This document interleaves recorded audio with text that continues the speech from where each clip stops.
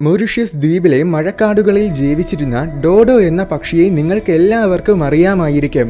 വംശനാശം സംഭവിച്ച ജീവികളെന്ന് കേൾക്കുമ്പോൾ തന്നെ നമുക്ക് ആദ്യം ഓർമ്മ വരുന്ന ചില ജീവികളിൽ ഒന്നാണ് ഡോഡോ പക്ഷികൾ. 3 അടി വരെ ഉയരമുണ്ടായിരുന്ന പറക്കാൻ കഴിയാത്ത ഒരുതരം ഭീമൻ പക്ഷികളായിരുന്നു ഡോഡോകൾ. അസാധാരണമായ വലിപ്പം കാരണമാണ് ഇവയ്ക്ക് പറക്കാൻ കഴിയാത്തത്. ഈ പക്ഷികൾ വെറും മന്ദബുദ്ധികളായിരുന്നു. ആക്രമിക്കാൻ വരുന്ന ജീവികളിൽ നിന്നും ഓടി രക്ഷപ്പെടാനുള്ള ബുദ്ധി പോലും ഡോഡോകൾക്കുണ്ടായിരുന്നില്ല. അങ്ങനെ പറക്കാൻ കഴിവില്ലാത്തതുകൊണ്ടും അവയുടെ ബുദ്ധിയില്ലായ്മയും കാരണമാണ് അവയ്ക്ക് വംശനാശം സംഭവിച്ചത്. ഇങ്ങനെയായിരിക്കും ഒരുപക്ഷെ നിങ്ങൾ ഡോഡോകളെ കുറിച്ച് ഏറ്റവും കൂടുതൽ കേട്ടിട്ടുള്ളത്.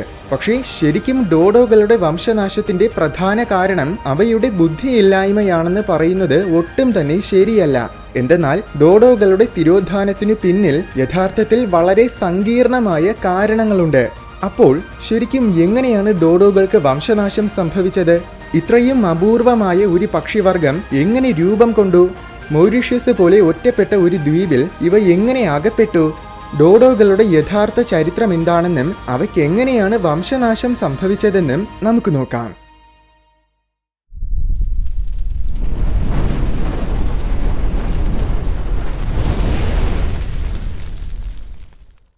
ഡോഡോകളുടെ വംശനാശത്തിന്റെ കാരണം തിരിച്ചറിയാൻ ആദ്യം അവ ജീവിച്ചിരുന്ന ആവാസ വ്യവസ്ഥയെക്കുറിച്ച് നമ്മൾ മനസ്സിലാക്കേണ്ടതുണ്ട്. ഇന്ത്യൻ മഹാസമുദ്രത്തിൽ ആഫ്രിക്കയ്ക്ക് സമീപം കിടക്കുന്ന ഒരു ദ്വീപാണ് മൗറീഷ്യസ് ഐലാൻഡ്. ഈ മനോഹരമായ ദ്വീപിലാണ് ഡോഡോകൾ പണ്ട് ജീവിച്ചിരുന്നത്. ഈ ഒരൊറ്റ ദ്വീപിലല്ലാതെ വേറെ ഒരു ദ്വീപിലും ഡോഡോകൾ ഉണ്ടായിരുന്നില്ല. ഈ ദ്വീപിലെ ഒറ്റപ്പെട്ട ജീവിതം തന്നെയാണ് ഡോഡോകൾ രൂപം കൊള്ളാൻ കാരണമായത്. അവസാനം അവയുടെ സർവനാശത്തിനു കാരണമായതും ഈ ഒറ്റപ്പെട്ട ജീവിതമാണ്. ഭൂഖണ്ഡങ്ങൾ വളരെ വളരെ വലിപ്പമുള്ള വിശാലമായ നിലങ്ങളാണ്. അതുകൊണ്ട് തന്നെ ഭൂഖണ്ഡങ്ങളിൽ എപ്പോഴും പല പല വർഗങ്ങളിലുള്ള ജീവജാലങ്ങൾ ഉണ്ടായിരിക്കും. ഒരു വർഗത്തിൽ തന്നെ നിരവധി വ്യത്യസ്ത ഇനങ്ങളും ഉണ്ടായിരിക്കും. ഉദാഹരണത്തിന് ആഫ്രിക്കയിൽ നോക്കിയാൽ പൂച്ച വർഗത്തിൽ തന്നെ ലയൺ, ലെപ്പേർഡ്, ചീറ്റ, സെർവൽ അങ്ങനെ 10ൽ കൂടുതൽ വ്യത്യസ്ത ഇനം പൂച്ചകളുണ്ട്. ഇങ്ങനെ കൂടുതൽ മൃഗങ്ങൾ ഉള്ളതുകൊണ്ട് അവ തമ്മിൽ അതിജീവിക്കാനുള്ള ഒരു മത്സരമുണ്ടായിരിക്കും. ഈ മത്സര ബുദ്ധി അവരെ സാഹചര്യങ്ങൾക്കനുസരിച്ച് പരിണമിക്കാൻ സഹായിക്കും. അങ്ങനെ അവ പരിണമിച്ചു മാറിയില്ല എങ്കിൽ മറ്റു ജീവികൾക്കൊപ്പം പിടിച്ചു നിൽക്കാൻ കഴിയാതെ സ്വാഭാവികമായും അവയ്ക്ക് വംശനാശം സംഭവിച്ചു പോകും. അതുമാത്രമല്ല, ടെക്ടോണിക് പ്ലേറ്റ്സ് എന്ന പ്രതിഭാസം കാരണം ഭൂഖണ്ഡങ്ങൾ എപ്പോഴും നിരന്തരമായിട്ട് ചലിച്ചുകൊണ്ടിരിക്കുകയാണ്. അതിനാൽ തന്നെ അവയുടെ ആവാസ വ്യവസ്ഥകളിലും എപ്പോഴും മാറ്റങ്ങൾ സംഭവിച്ചുകൊണ്ടിരിക്കും. ഈ മാറ്റങ്ങളെ തരണം ചെയ്യണമെങ്കിലും ജീവികൾക്ക് അതിനനുസരിച്ച് പരിണമിക്കാതെ വേറെ നിവർത്തിയില്ല. ഭൂഖണ്ഡങ്ങളിൽ വിശാലമായ സ്ഥലമുള്ളതുകൊണ്ട് അവയിൽ ഭൂശാസ്ത്രപരമായ മാറ്റങ്ങൾ സംഭവിക്കാൻ ഒത്തിരിയേറെ സമയമെടുക്കും. അപ്പോൾ അവിടെയുള്ള ജീവജാലങ്ങൾക്ക് പരിസ്ഥിതിക്കും സാഹചര്യങ്ങൾക്കും അനുസരിച്ച് മാറാൻ ആവശ്യത്തിനുള്ള സമയവും ലഭിക്കും. എന്നാൽ ദ്വീപുകളുടെ കാര്യം അങ്ങനെയല്ല. ഏകദേശം 14 കോടി വർഷങ്ങൾക്ക് മുൻപാണ് മൗറീഷ്യസ് ദ്വീപിന്റെ കഥ തുടങ്ങുന്നത്. ആ കാലഘട്ടത്തിലാണ് ആഫ്രിക്കയിൽ നിന്നും ഇന്ത്യ വേർപിരിഞ്ഞ് നേരെ ഏഷ്യയിലേക്ക് വരാൻ തുടങ്ങിയ സമയത്തിൽ മഡഗാസ്കറും ഇന്ത്യയോട് ചേർന്നാണ് കിടന്നിരുന്നത്. എന്നാൽ ഏകദേശം 10 കോടി വർഷങ്ങൾക്ക് മുൻപ് മുതൽ മഡഗാസ്കറും ഇന്ത്യയിൽ നിന്ന് പിരിയാൻ തുടങ്ങി. ടെക്ടോണിക് പ്ലേറ്റിലുണ്ടായ ഈ പിളർച്ച കടലിനുള്ളിൽ വൻ തോതിലുള്ള അഗ്നിപർവ്വത വിസ്ഫോടനങ്ങൾക്ക് വഴിയൊരുക്കി. ഇങ്ങനെ അഗ്നിപർവ്വതങ്ങൾ പൊട്ടി ഒഴുകുമ്പോൾ അതിൽ നിന്നും പുറത്തു വരുന്ന ദ്രവം സമുദ്രത്തിന്റെ അടിത്തട്ടിൽ കുമിഞ്ഞു കൂടാൻ തുടങ്ങും. കാലക്രമേണ അത് ഉയർന്നു പൊങ്ങി സമുദ്രനിരപ്പിന് മുകളിലെത്തുകയും ചെയ്യും. ഇങ്ങനെയാണ് സമുദ്രത്തിൽ വോൾക്കേനോകളിൽ നിന്നും ദ്വീപുകൾ ഉണ്ടാകുന്നത്. ഈ രീതിയിലാണ് മഡഗാസ്കറിനും ഇന്ത്യയ്ക്കും ഇടയിൽ ഇന്ന് കാണുന്ന ഒരു കൂട്ടം ദ്വീപുകൾ ഉണ്ടായത്. അതിലൊന്നാണ് മൗറീഷ്യസ് ദ്വീപ്. ഇങ്ങനെ രൂപം കൊള്ളുന്നത് കൊണ്ട് തന്നെ ഇത്തരം ദ്വീപുകൾ ഉണ്ടാകുന്ന സമയത്തിൽ അവിടെയൊന്നും യാതൊരു തരത്തിലുമുള്ള ജീവനും ഉണ്ടായിരിക്കില്ല. സസ്യജാലങ്ങൾ പോലും ഉണ്ടാകില്ല. സമുദ്രത്തിനു നടുവിൽ വെറും മരുഭൂമികളായിട്ടായിരിക്കും ഇത്തരം ദ്വീപുകൾ നിലനിൽക്കുന്നത്. 10,000-കണക്കിനും പല ലക്ഷക്കണക്കിനും വർഷങ്ങളോളം കാലം വരെ ഈ ദ്വീപുകൾ വെറും മരുഭൂമികളായിട്ട് തന്നെ അവശേഷിക്കുകയും ചെയ്യും. പല ലക്ഷക്കണക്കിന് വർഷങ്ങൾ എന്നത് വലിയൊരു കാലഘട്ടമായിട്ട് നമുക്ക് തോന്നിയാലും ഭൂമിയുടെ ചരിത്രത്തിനെ സംബന്ധിച്ചിടത്തോളം അത് വളരെ വളരെ നിസ്സാരമായ ചെറിയൊരു കാലഘട്ടമാണ്. എന്തായാലും അധികം വൈകാതെ തന്നെ സസ്യജാലങ്ങൾ ഇത്തരം ദ്വീപിലെത്തും. കാറ്റ് വഴിയോ അല്ലെങ്കിൽ സമുദ്രത്തിലൂടെയോ വളരെ എളുപ്പത്തിൽ തന്നെ സസ്യജാലങ്ങൾക്ക് ദ്വീപിലെത്താൻ സാധിക്കും. പക്ഷേ അങ്ങനെ ദ്വീപിലെത്തിയത് കൊണ്ട് മാത്രം കാര്യമാകുന്നില്ല. കാരണം സസ്യജാലങ്ങൾക്ക് വളരണമെങ്കിൽ അവിടെ നല്ല മണ്ണ് വേണം. എന്നാൽ ഇത്തരം ദ്വീപുകൾ മുഴുവൻ പാറ കൊണ്ട് നിറഞ്ഞതായിരിക്കും. പല ലക്ഷക്കണക്കിന് വർഷങ്ങൾ കഴിയുമ്പോഴാണ് ഈ പാറകൾ പൊടിഞ്ഞു മണലായിട്ട് മാറുന്നത്. ഇങ്ങനെ മണ്ണ് രൂപം കൊള്ളാൻ തുടങ്ങിക്കഴിഞ്ഞാൽ പിന്നെ സസ്യജാലങ്ങൾ പതിയെ പതിയെ ദ്വീപിൽ വളരാൻ തുടങ്ങിക്കഴിഞ്ഞാൽ പിന്നെ വളരെ ചുരുങ്ങിയ കാലത്തിനുള്ളിൽ ആ ദ്വീപ് മുഴുവൻ ഒരു വലിയ മഴക്കാട് പോലെയായി മാറുകയും ചെയ്യും. അത്രയേറെ വേഗത്തിലായിരിക്കും സസ്യജാലങ്ങൾ ദ്വീപിൽ വ്യാപിക്കുന്നത്. കാരണം വോൾക്കാനോയിൽ നിന്നും ഉണ്ടാകുന്ന മണ്ണ് അത്യധികം ഫലഭൂയിഷ്ടമായിരിക്കും. പക്ഷേ സസ്യജാലങ്ങളെ പോലെ മൃഗങ്ങൾക്ക് അത്ര എളുപ്പത്തിൽ ദ്വീപിൽ എത്തിപ്പെടാൻ കഴിയില്ല. സസ്യജാലങ്ങൾക്ക് നിസ്സാരമായിട്ട് സമുദ്രത്തിലൂടെ ഒഴുകിയും കാറ്റിലൂടെ പറന്നും ദ്വീപുകളിലെത്താം. എന്നാൽ കരയിലെ മൃഗങ്ങൾക്കാണെങ്കിൽ ഏറ്റവും അടുത്തുള്ള ഭൂഖണ്ഡത്തിൽ നിന്നുമാണെങ്കിൽ പോലും മൗറീഷ്യസ് പോലെ ഒരുപാട് അകലെ സ്ഥിതി ചെയ്യുന്ന ഒരൊറ്റപ്പെട്ട ദ്വീപിലെത്തണമെങ്കിൽ 100 കണക്കിന് കിലോമീറ്ററുകളോളം നീന്തേണ്ടി വരും. അത് ഏകദേശം ഒരു അസാധ്യമായ കാര്യവുമാണ്. എന്നാൽ ഒരു തരം മൃഗങ്ങൾക്കിത് ബാധകമല്ല. അതാണ് പക്ഷികൾ. അതിന്റെ കാരണം തീർച്ചയായും അവരുടെ പറക്കാനുള്ള കഴിവ് തന്നെയാണ്. ദ്വീപ് ഭൂഖണ്ഡത്തിൽ നിന്നും എത്ര ദൂരത്തിലാണെങ്കിലും എത്ര ഒറ്റപ്പെട്ടു കിടക്കുന്നതാണെങ്കിലും ശരി, പക്ഷികൾ ഏത് ദ്വീപിലും എത്തുക തന്നെ ചെയ്യും. എത്തുക മാത്രമല്ല, അവിടെ കൂടുകൂട്ടുകയും കഴിയുമെങ്കിൽ അവിടെ സ്ഥിരം ജീവിക്കുകയും ചെയ്യും. അതാണ് പക്ഷികളുടെ പ്രത്യേകത. അത് തന്നെയാണ് മൗറീഷ്യസ് ദ്വീപിലും സംഭവിച്ചത്. ഏകദേശം 4 കോടി വർഷങ്ങൾക്ക് മുൻപ് ഇന്നത്തെ പ്രാവിന്റെ ഒരു പൂർവിക പക്ഷി മൗറീഷ്യസ് ദ്വീപിലെത്താനിടയായി.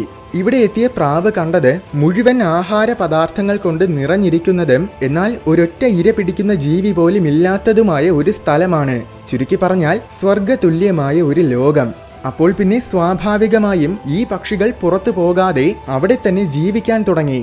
കാലങ്ങൾ കഴിയുന്നതിനനുസരിച്ച് അവ ദ്വീപിലെ അവസ്ഥകളുമായിട്ട് പൊരുത്തപ്പെടുകയും പതിയെ പതിയെ അവ മാറുകയും ചെയ്തു. ആവശ്യത്തിലധികം ആഹാരമുണ്ടായിരുന്നതുകൊണ്ട് വെറും 30 സെന്റിമീറ്റേഴ്സ് മാത്രം ഉയരമുണ്ടായിരുന്ന ഈ പക്ഷികൾ കാലക്രമേണ 1 മീറ്റർ വരെ ഉയരം വെക്കുന്ന പക്ഷികളായി മാറി. ചെറിയ കായ്കളെ മാത്രം പൊട്ടിച്ചു കഴിക്കാനുള്ള അവയുടെ ചുണ്ടുകളാണെങ്കിൽ ദ്വീപിലുള്ള വലിയ പഴവർഗ്ഗങ്ങളെ കഴിക്കുന്ന രീതിയിലായി മാറി. അങ്ങനെ ഏകദേശം 2 കോടി വർഷങ്ങൾക്ക് മുൻപ്, അതായത് ഡോഡോയുടെ പൂർവികർ മൗറീഷ്യസിലെത്തി 2 കോടി വർഷങ്ങൾക്ക് ശേഷം ഡോഡോകൾ ഭൂമിയിൽ അവതരിച്ചു. ആ ദ്വീപിൽ ഡോഡോകളായിരുന്നു ഏറ്റവും വലിയ പക്ഷിവർഗം. ഡോഡോയേക്കാൾ വലിപ്പമുള്ള ഒരേ ഒരു ജീവിവർഗം മാത്രമേ മൗറീഷ്യസിൽ ഉണ്ടായിരുന്നുള്ളൂ. അത് ഭീമൻ ആമകളായിരുന്നു. പക്ഷേ ഈ സ്വർഗം തന്നെ അവരുടെ പതനത്തിനും വഴിയൊരുക്കി. പരിണാമം എന്നത് പരിസ്ഥിതിക്കും സാഹചര്യങ്ങൾക്കുമനുസരിച്ചുള്ള നിരന്തരമായ മാറ്റങ്ങളാണ്. ജീവജാലങ്ങളുടെ നിലനിൽപ്പിനും അതിജീവനത്തിനും ഈ മാറ്റങ്ങൾ വളരെയേറെ അനിവാര്യവുമാണ്. പക്ഷേ അങ്ങനെ മാറ്റങ്ങൾ വരുമ്പോൾ അവയ്ക്ക് നേരത്തെ ഉണ്ടായിരുന്ന കഴിവുകൾ ചിലപ്പോൾ നഷ്ടപ്പെട്ടേക്കാം. അത് തന്നെയാണ് ഡോഡോകൾക്കും സംഭവിച്ചത്. പരിണാമം മൗറീഷ്യസിൽ അതിജീവിക്കാൻ വേണ്ടിയുള്ള കഴിവുകൾ ഡോഡോകൾക്ക് നൽകിയപ്പോൾ അവയ്ക്ക് വൻകരകളിൽ അതിജീവിച്ചിരുന്നപ്പോഴുണ്ടായിരുന്ന പല കഴിവുകളും നഷ്ടപ്പെടുത്തേണ്ടി വന്നു. ഉദാഹരണത്തിന് ഡോഡോകളുടെ അമിതമായ വലിപ്പം കാരണം അവയ്ക്ക് പറക്കാനുള്ള കഴിവ് നഷ്ടമായി. ആഹാരത്തിന്റെ ലഭ്യത കാരണമാണ് അവ ഇത്രയേറെ വലിപ്പം വച്ചത്. അങ്ങനെ അവയുടെ ചിറകുകൾ വെറും അനാവശ്യമായ ഒരു ശരീരഭാഗമായി മാറി. ശത്രുക്കളിൽ നിന്നും രക്ഷപ്പെടാൻ ചിറകുകൾ എത്രത്തോളം പ്രധാനപ്പെട്ടതാണെന്ന് ഒന്ന് ചിന്തിച്ചു നോക്കിയാൽ തന്നെ നമുക്ക് മനസ്സിലാകും. എന്നാൽ മൗറീഷ്യസിൽ അവർക്ക് ശത്രുക്കളൊന്നും ഉണ്ടായിരുന്നില്ല. അതുകൊണ്ട് തന്നെ പറന്ന് രക്ഷപ്പെടേണ്ട കാര്യവുമില്ല. അവയുടെ ശരീരത്തിനനുസരിച്ച് ചിറകുകളും വലിപ്പം വയ്ക്കാതിരിക്കാൻ അതാണ് കാരണമായത്. ഭൂഖണ്ഡങ്ങളിലാണെങ്കിൽ ജീവികൾക്ക് ആഹാരത്തിനു വേണ്ടി മത്സരിക്കേണ്ടതുണ്ട്. എന്നാൽ ഡോഡോകൾക്കിവിടെ അങ്ങനെ മത്സരിക്കേണ്ട കാര്യവുമില്ല. അതുകൊണ്ട് മറ്റ് ജീവികളെ ആക്രമിക്കാനുള്ള കഴിവുകളും അവയിൽ വികസിച്ചില്ല. നിർഭാഗ്യകരമായ കാര്യം എന്താണെന്നാൽ 4 കോടി വർഷങ്ങളുടെ പരിണാമം കാരണം അവയുടെ ശരീരത്തിൽ മാത്രമല്ല തലച്ചോറിലും മാറ്റങ്ങൾ വന്നു. ആ മാറ്റങ്ങൾ കാരണം അവയ്ക്ക് പേടിയെന്ന മനോവികാരം പോലും നഷ്ടമായി. ശത്രുക്കളൊന്നുമില്ലാത്ത ഒരു ആവാസ വ്യവസ്ഥയിൽ മറ്റ് ജീവികളെ പേടിക്കേണ്ട യാതൊരു കാര്യവുമില്ല. അതുകൊണ്ട് ശത്രുക്കളിൽ നിന്നും രക്ഷപ്പെടാൻ വേണ്ടി ഭയന്നോടുന്ന സ്വഭാവം കാലക്രമേണ അവയിൽ നിന്നും പൂർണ്ണമായും മറഞ്ഞുപോയി. ഈ ഭയത്തിന്റെ അഭാവം കണ്ടപ്പോഴാണ് പിന്നീട് മനുഷ്യരതിനെ വിഡ്ഢികളായ ജീവികളായിട്ട് പരിഗണിക്കാൻ കാരണം. എന്തായാലും ഈ ഭയമില്ലായ്മയൊന്നും അവർക്കൊരു പ്രശ്നമായിരുന്നില്ല. എന്തെന്നാൽ അവയെ ഉപദ്രവിക്കേണ്ട ആവശ്യമുള്ള ഒരു ജീവിവർഗവും ആ ദ്വീപിൽ ഉണ്ടായിരുന്നില്ല. അതുമാത്രമല്ല, ഒരു കാരണവശാലും അത്തരമൊരു ജീവിക്ക് പുറത്തുനിന്നും മൗറീഷ്യസ് ദ്വീപിലെത്താനും സാധിക്കില്ല. പക്ഷേ ആഗ്രഹിക്കുന്ന എവിടെയും എത്തിച്ചേരാൻ കഴിവുള്ള മറ്റൊരു ജീവിവർഗം ഭൂമിയിലുണ്ടായ കാര്യം ഡോഡോകൾ അറിഞ്ഞിരുന്നില്ല. ഏകദേശം 1000 വർഷങ്ങൾക്ക് മുൻപ് തന്നെ അറേബ്യൻ വ്യാപാരികൾ മൗറീഷ്യസ് ദ്വീപിൽ എത്തിയിരുന്നുവെന്നാണ് പറയപ്പെടുന്നത്. അതിന്റെ രേഖകളൊന്നും ഇല്ലെങ്കിലും 16-ാം നൂറ്റാണ്ടിന്റെ തുടക്കം മുതൽ മനുഷ്യൻ ദ്വീപിൽ കാലുകുത്താൻ തുടങ്ങിയിട്ടുണ്ട്. കാരണം യൂറോപ്പിനും ഏഷ്യയ്ക്കുമിടയിൽ കച്ചവട സാധനങ്ങൾ കൊണ്ടുപോയിരുന്ന പോർച്ചുഗീസ് നാവികർ ഈ ദ്വീപിനെ ഒരു നല്ല സ്റ്റേഷനായിട്ട് ഉപയോഗിക്കാമെന്ന് തിരിച്ചറിഞ്ഞത് ഈ കാലഘട്ടത്തിലാണ്. എങ്കിലും ദ്വീപിനെ കോളനിവൽക്കരിക്കാനുള്ള യാതൊരു താൽപ്പര്യവും പോർച്ചുഗീസ് നാവികർക്കുണ്ടായിരുന്നില്ല. വീണ്ടും ഏകദേശം 1 നൂറ്റാണ്ടിനു ശേഷം, അതായത് 1598 ഡച്ച് വ്യാപാരികൾ മൗറീഷ്യസിലെത്തി.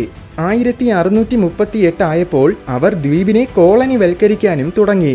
മൗറീഷ്യസിലെത്തിയ ഡച്ചുകാർ കണ്ടത് വേട്ടയാടപ്പെടുന്നതിനെക്കുറിച്ച് യാതൊരു ധാരണയുമില്ലാത്ത ഒരു കൂട്ടം ഭീമൻ പക്ഷികളെയാണ്.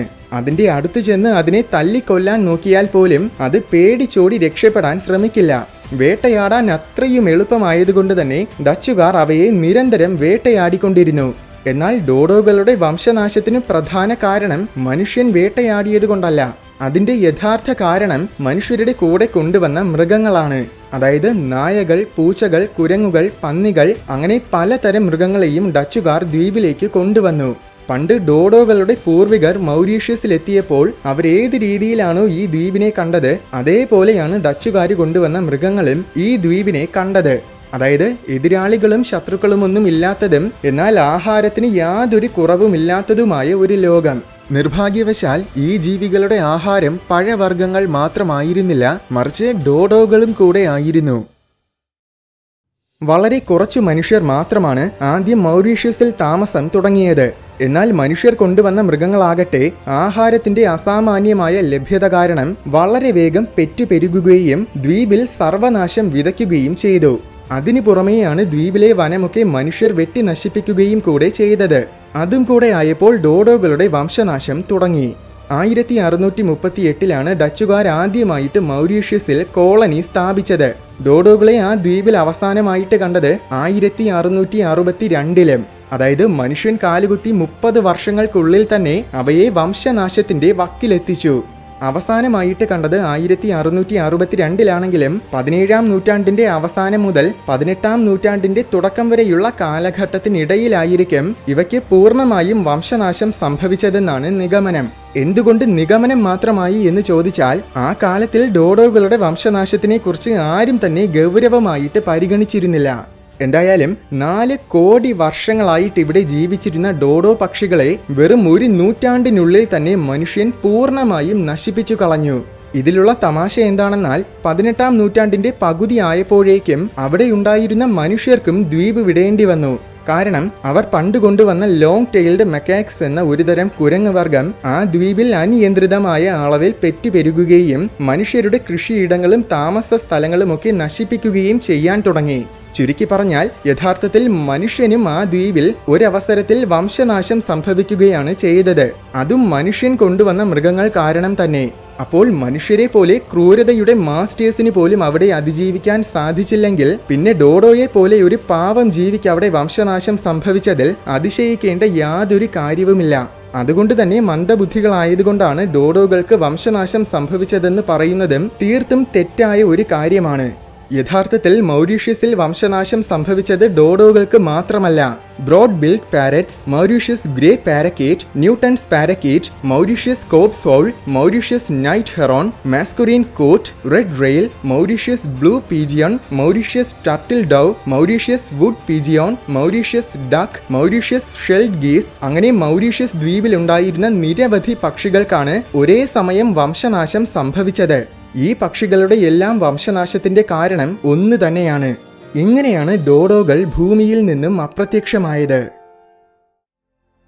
4 കോടി വർഷങ്ങളായിട്ട് ജീവിച്ചിരുന്ന പക്ഷികളെ വെറും 100 വർഷങ്ങൾ കൊണ്ട് അപ്രത്യക്ഷമാക്കിയ മനുഷ്യന്റെ കഴിവ് അപാരമല്ലേ? നിങ്ങൾക്കെന്ത് തോന്നുന്നു? കമന്റ് ബോക്സിലൂടെ അറിയിക്കൂ.